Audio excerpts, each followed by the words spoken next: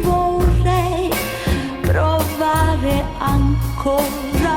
perché credo di capire che mi piace,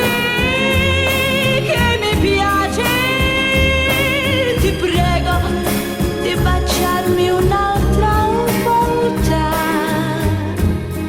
magari con un poco più di amore, e così verrà l'amore,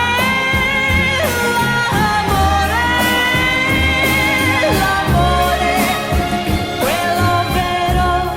per noi due.